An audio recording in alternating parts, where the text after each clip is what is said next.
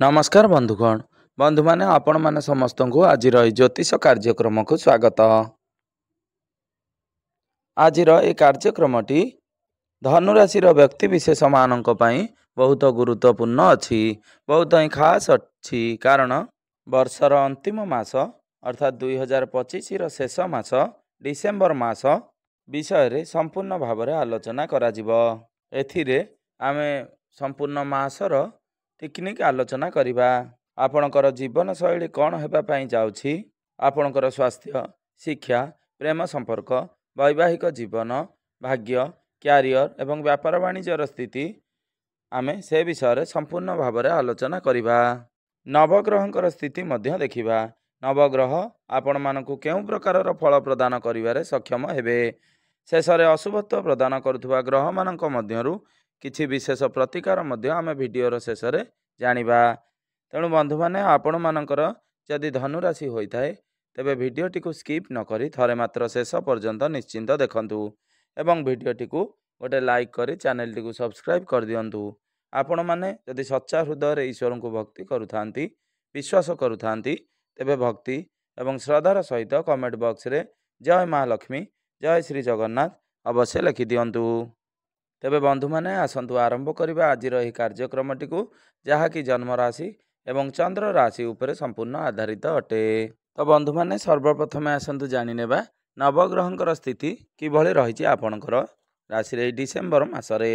तो बंधु माने ए धनु राशि रो व्यक्ति विशेष मानकर राशियाधिपति हेउचंती देवगुरु बृहस्पति, जी कि आपणकर सप्तम भाव में विराजमान अछंती। से सेठारे बहुत भल स्थिति रे अछंती। तो आपणक चतुर्थ भाव में शनि विराजमान अछंती। तृतीय भाव में राहु विराजमान अछंती। आपणकर भाग्य भाव में अर्थात नवम भाव में केतु विराजमान अछंती। आपणकर एकादश भाव में अर्थात लाभ स्थान रे बुध विराजमान अछंती एवं आपणक द्वादश भाव में मंगल, सूर्य एवं शुक्र विराजमान अछंती। तो बंधु माने सर्वप्रथम आसंतु जानि नेबा आपणकर स्वास्थ्य किपरि रहिछि एही डिसेम्बर 2025 रे। तो बंधु माने कुंडलीर प्रथम भावटी होइथाय आपणकर स्वास्थ्यर भाव, आपणकर इम्यूनिटी सिस्टम रो भाव। तो आपणकर प्रथम भावर स्वामी हेउचंती देवगुरु बृहस्पति, जे कि आपणकर सप्तम भाव में विराजमान अछंती एवं तांकर दृष्टि प्रथम भाव उपरे रहुअछि। देवगुरु बृहस्पति सप्तम दृष्टि रे आपणकर प्रथम भाव को देखुचंती। तेणु एठारे सूर्य रहिचंती द्वादश भाव में। से प्रथम को आसीजिबे एही मास। मात्र आपण आपणकर स्वास्थ्य को नहीं चिंता करिवार कोनोसी आवश्यकता नहीं। अर्थात आपणकर जदि पूर्वर किछि स्वास्थ्य समस्या थिला आपण सेथिरु उपशम पाई परिबे, माने रिकवरी मिलिबो, निश्चिंत भाव में मिलिबो। आपणकर स्वास्थ्य रे सुधार आनिबो एवं आपणकर इम्यूनिटी पावर को स्ट्रांग बनाइबो। जदि आपण ठंडा, काश, ज्वर भली एभली समस्या पीड़ित थिले आपणकर एही मासरे ए सब समस्या देखा जिवो नाही। आपण को एठारे सुधार देखिबा को मिलिबो। एही मास हेउची रिकवरीर मास। एठारे शनिकर जेहेतु अढ़ैया चालू अछि तो आपणकर चतुर्थ भाव में अछंती। तेणु किछि किछि जगार आपण को टिके ध्यान रखिबार अछि। आपणकर हाड़ संबंधित अर्थात जॉइंट पेन, किछि प्रकार आंठू गंठी बिंधा, गोड़े बिंधा, मुंड व्यथा एभली समस्या मान देखा देई पारे। छोट छोट समस्या देखा देई पारे। आपणक मनरे टिके अलसुआमी रहिबो। आपण काम कार्य करबा को टिके अलसुआमी भाव देखा देबो। आपण सर्वदा काम को टाळीबा को चेष्टा करिवे। आज करिबिनी, काली करिबी, काली करिबी एमती कहि कहि चलिबे। बाकी आउ सब ठीक ठाक अछि। तेबे आउ किसी विशेष बड़ समस्या आपणकर स्वास्थ्य रे देखा जाउ नाही। तो बंधु माने एबे आसंतु जानि नेबा आपणकर शिक्षा क्षेत्र किपरि रहिबो एही डिसेम्बर 2025 रे। तो बंधु माने कुंडलीर पंचम भावटी होइथाय आपणकर शिक्षा क्षेत्रर भाव, विद्यार्थी मानकर भाव। तो बंधु माने आपणकर पंचम भावर स्वामी हेउचंती मंगल, जे कि आपणकर द्वादश भाव में विराजमान अछंती। मंगल आपणकर 7 डिसेम्बर को आपणकर प्रथम भाव को आसीजिबे। मंगल द्वादश रे रहिचंती माने आपणकर शिक्षा रे बा आपणकर पाठपढ़ा को नहीं आपण केउआडे बाहर को विदेश को यात्रा करि पारंती। काहेकि ना एठारे विपरीत राजयोगर निर्माण करुछंती। आपण जदि पूर्वरु आशा किंबा अभिलाष थिला मु विदेश रे रही पाठ पढ़िबी तो निश्चिंत भाव में यही समय आपणक पई ठीक ठाक रहिबो। एवं जदि आपणकर कॉम्पिटिटिव एग्जाम रहिछि किंबा ପ୍ରତିଯୋଗିତାମୂଳକ ପରୀକ୍ଷା ରହିଛି କିମ୍ବା ଗଭର୍ଣ୍ଣମେଣ୍ଟ ରିଲେଟେଡ୍ ପରୀକ୍ଷା ରହିଛି, ଆପଣ ନିହାତି ଭାବରେ ବିଦେଶକୁ ଯାତ୍ରା କରିପାରନ୍ତି। ମଙ୍ଗଳ 7 ଡିସେମ୍ବର ପରେ ଆପଣଙ୍କର ପ୍ରଥମ ଭାବକୁ ଚଳନ କରିବେ। ଆପଣଙ୍କର ମନ ସର୍ବଦା ଡାଇଭର୍ଟ ହେଉଥିଲା। ଆପଣଙ୍କର ମନ ଲାଗୁନଥିଲା ପଢ଼ାରେ, କିନ୍ତୁ ଏବେ ଆପଣଙ୍କର ମନ ଲାଗିବ। ଯେହେତୁ ମଙ୍ଗଳଙ୍କର ପରିବର୍ତ୍ତନ ଅଛି, ତେଣୁ ଆପଣଙ୍କର ମନ ଏକାଗ୍ରତା ବା ପାଠପଢ଼ା ପ୍ରତି ଆପଣ ଫୋକସ୍ ନିହାତି ଭାବରେ ଅଧିକ ଦେବେ ଏବଂ ଆପଣଙ୍କର ପରୀକ୍ଷାକୁ ନେଇ ବେଟର ଦେଖାଦେଉଛି। ତ ବନ୍ଧୁମାନେ, ଏବେ ଆସନ୍ତୁ ଜାଣିନେବା ଆପଣଙ୍କର ପ୍ରେମ ଜୀବନ କିପରି ରହିଛି ଏହି ଡିସେମ୍ବର 2025ରେ। ତ ବନ୍ଧୁମାନେ, କୁଣ୍ଡଳୀର ପଞ୍ଚମ ଭାବଟି ଶିକ୍ଷାର ଭାବ ହେବା ସହିତ ପଞ୍ଚମ ଭାବଟି ହୋଇଥାଏ ଆପଣଙ୍କର ପ୍ରେମ ଜୀବନର ଭାବ, ଆପଣଙ୍କର ସନ୍ତାନର ଭାବ। ତ ବନ୍ଧୁମାନେ, ଆପଣଙ୍କର ପଞ୍ଚମ ଭାବର ଅଧିପତି ମଙ୍ଗଳ ଆପଣଙ୍କର 7 ଡିସେମ୍ବରକୁ ପ୍ରଥମ ଭାବକୁ ଚଳନ କରିବେ। ବୃହସ୍ପତିଙ୍କର ଦୃଷ୍ଟି ମଧ୍ୟ ଆପଣଙ୍କର ପ୍ରଥମ ଭାବ ଉପରକୁ ରହୁଛି। ମଙ୍ଗଳଙ୍କ ଉପରେ ମଧ୍ୟ 7 ଡିସେମ୍ବର ପରେ ଭଲ ଯୋଗ ବନୁଅଛି। ଆପଣଙ୍କର କମ୍ୟୁନିକେସନ୍ ବହୁତ ଭଲ ରହିବ। ଦୁଇ ଜଣଙ୍କ ମଧ୍ୟରେ ବୁଝାମଣା ବହୁତ ଭଲ ରହିବ। ଆପଣଙ୍କ ମଧ୍ୟରେ କୋଅର୍ଡିନେସନ୍ ବହୁତ ଭଲ ରହିବ। ଅଣ୍ଡରଷ୍ଟାଣ୍ଡିଂ ଠିକ୍ଠାକ୍ ରହିବ। ଆପଣ କେଉଁଆଡ଼େ ବୁଲାବୁଲି କରିପାରନ୍ତି। ଗିଫ୍ଟ ଆଦାନ ପ୍ରଦାନ ମଧ୍ୟ ହୋଇପାରେ। ଆପଣଙ୍କୁ ଟିକେ 6 ଡିସେମ୍ବର ପର୍ଯ୍ୟନ୍ତ ଧ୍ୟାନ ଦେବାର ଅଛି। 6 ଡିସେମ୍ବର ପୂର୍ବରୁ ଆପଣଙ୍କର ଷଡ଼ାଷ୍ଟକ ଯୋଗ ବନୁଅଛି। ତାପରେ ଆପଣଙ୍କର କିଛି ଜାଗାରେ ଯୁକ୍ତିତର୍କ ସାମାନ୍ୟତମ। ଆପଣ ଗୋଟେ କଥା କହିବେ, ଆପଣଙ୍କର ଲାଇଫ୍ ପାର୍ଟନର ଆଉ ଗୋଟିଏ କଥା କହିବେ। 6 ଡିସେମ୍ବର ପର୍ଯ୍ୟନ୍ତ ଏହି ସମସ୍ୟା ଦେଖାଦେବ। 6 ଡିସେମ୍ବର ପରେ ଆପଣଙ୍କର ବହୁତ ଭଲ ଯୋଗ ବନୁଅଛି। ଆପଣ କେଉଁଆଡ଼େ ବୁଲାବୁଲି କରିପାରନ୍ତି, କୌଣସି ପ୍ଲାନିଂ କରିପାରନ୍ତି ଏବଂ ଯେଉଁମାନେ ପ୍ରେମ ଜୀବନରେ ଅଛନ୍ତି ସେମାନଙ୍କର ବିବାହ ମଧ୍ୟ ହୋଇପାରେ ଏବଂ ଯେଉଁମାନେ ପ୍ରେମ ଜୀବନରେ ନାହାନ୍ତି ସେମାନଙ୍କୁ 6 ଡିସେମ୍ବର ପରେ ଆପଣଙ୍କୁ ଆପଣଙ୍କର ପ୍ରେମର ସାଥୀ ମିଳିବାର ସମ୍ଭାବନା ବନୁଅଛି। ଏବେ ଆସନ୍ତୁ ଜାଣିନେବା ଆପଣଙ୍କର ବୈବାହିକ ଜୀବନ କିପରି ରହିଛି ଏହି ଡିସେମ୍ବର 2025ରେ। ତ ବନ୍ଧୁମାନେ, କୁଣ୍ଡଳୀର ସପ୍ତମ ଭାବଟି ହୋଇଥାଏ ଆପଣଙ୍କର ବୈବାହିକ ଜୀବନର ଭାବ, ଆପଣଙ୍କର ଜୀବନ ସାଥୀଙ୍କର ଭାବ। ଆପଣଙ୍କର ସପ୍ତମ ଭାବର ଅଧିପତି ଯିଏକି ବୁଧ, ସେ ଅଛନ୍ତି ଆପଣଙ୍କର ଲାଭ ସ୍ଥାନରେ ଅର୍ଥାତ୍ ଏକାଦଶ ଭାବରେ। ସେ 6 ଡିସେମ୍ବରକୁ ଆପଣଙ୍କର ଦ୍ୱାଦଶ ଭାବକୁ ଚଳନ କରିବେ। ଆପଣଙ୍କୁ ଦୁଇଟା କଥା ପ୍ରତି ଦେଖିବାକୁ ମିଳିବ। ଯେହେତୁ 7th ଲର୍ଡ଼ ମାନେ ସପ୍ତମ ଭାବର ଅଧିପତି ଆପଣଙ୍କର ଦ୍ୱାଦଶ ଭାବରେ ଅଛନ୍ତି, ଆପଣଙ୍କର ଲାଇଫ୍ ପାର୍ଟନରଙ୍କର ହେଲ୍ଥରେ କିଛି ନା କିଛି ସମସ୍ୟା ଦେଖାଦେଇପାରେ।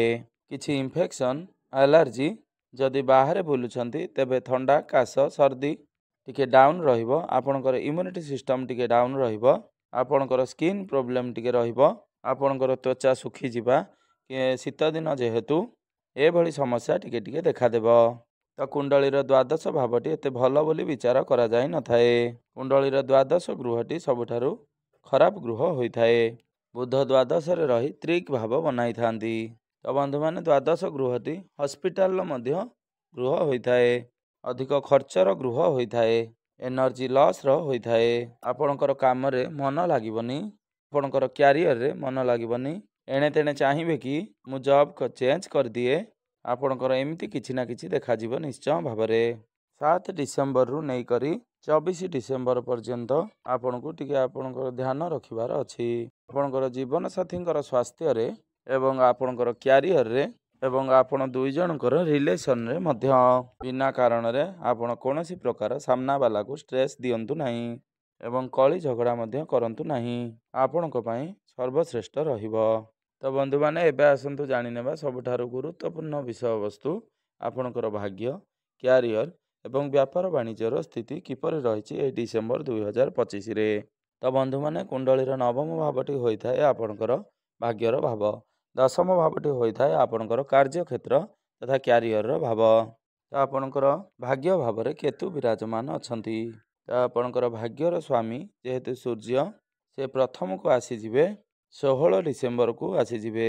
16 ଡିସେମ୍ବର ପରେ ଆପଣ ଆପଣଙ୍କର ଭାଗ୍ୟକୁ ନେଇ ବହୁତ ଭଲ ରହିଛି। କାହିଁକିନା ତ୍ରିକୋଣର ସ୍ୱାମୀ କେନ୍ଦ୍ରକୁ ଆସିବେ। ଏହାକୁ କେନ୍ଦ୍ର ତ୍ରିକୋଣ ରାଜଯୋଗର ନିର୍ମାଣ କରିବେ।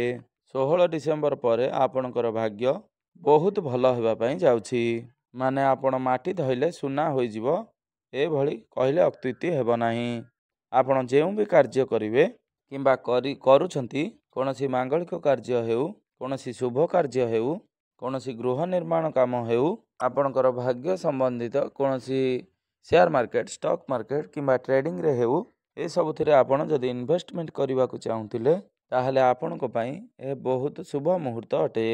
आपणकर 16 डिसेम्बर पर्यंत भल रही किंतु सेते भल नहीं जेमिति 16 डिसेम्बर पर जेपरी भल रही। तो बंधु मैंने एबे आसंतु जानि नेबा आपणकर क्यारियर किपरि रही एही डिसेम्बर 2025 रे।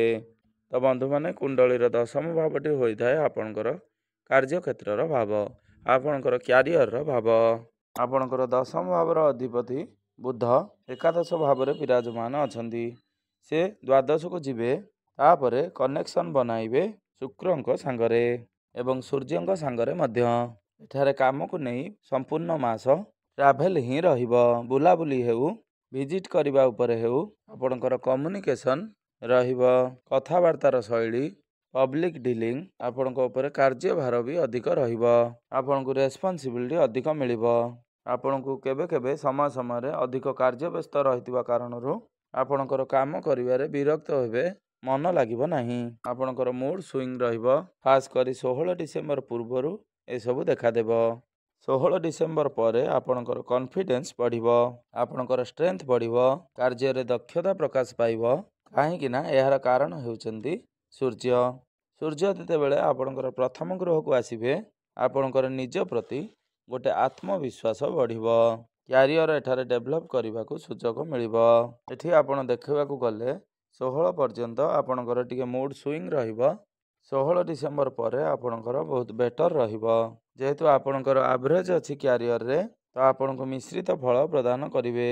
तो बंधु माने एबे आसंतु जानि नेबा आपणकर व्यापार वाणिज्यर स्थिति किपरि रहिछि एही डिसेम्बर 2025 रे। तो आपणकर बिजनेस रे खर्च देखा देउछि आपण आपणकर बाणी रे टिके कंट्रोल रक्षा करंतु काहेकि ना मंगल सूर्य आपणकर प्रथम को आसी जिवे तेणु आपणक सांगरे जे भी कार्य करूछंती जोटा कि आपण एमिति कथा कहि दियंतुनी कि जेउटा कि पूरा बिगड़ी जिवो आपणकर ग्राहकंकु मध्य आपण आपणकर कथा उपरे टिके सहनीय रक्षा करंतु एवं कोन कहउचंती आपण टिके भाबी चिंती कहंतु काहेकि ना आपणकर से भली जोग बनुछि आपण काहाकू डोमिनेट करि पारंती आपणकर बाणी उपरे आपणकर कंट्रोल रहिबो नाही।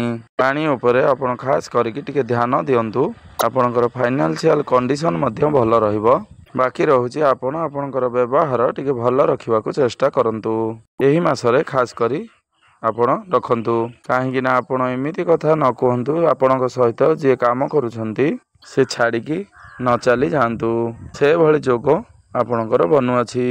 आपण आपणकर बाणी उपरे टिके संयमता रक्षा कले आपणक पई बहुत भल हेबो आपण टिके स्ट्रेस अधिक नहीं पारंती आपणकर चुक्ति तर्क काहा ना काहा सहित होई पारे संभावना देखा देउछि तेणु आपण टिके देखि चाहिकी कार्य करंतु। तो बंधु माने एबे आसंतु जानि नेबा किछि विशेष उपाय विषय रे जे उपाय गुड़िक करबा द्वारा आपणकर जे सब अशुभत्व रहुछि से गुड़िक खंडन होई आपणको शुभ फल प्राप्ति हेबो एवं आपणकर भाग्य रे उन्नति हेबो। आपण प्रत्येक दिन गायत्री मंत्रर पाठ अवश्य करंतु एवं प्रत्येक दिन सूर्य उदय परे तंबा पात्र रे जलार्घ्य अर्पण करंतु आपणक पई निश्चिंत खुशीर दिन आनिबो एवं प्रत्येक दिन हनुमान चालीसार पाठ अवश्य करंतु तबे बंधु माने आपणकर जीवन मंगलमय हेउ एहा ही ईश्वरक निकट रे मोर एतिकी प्रार्थना। धन्यवाद।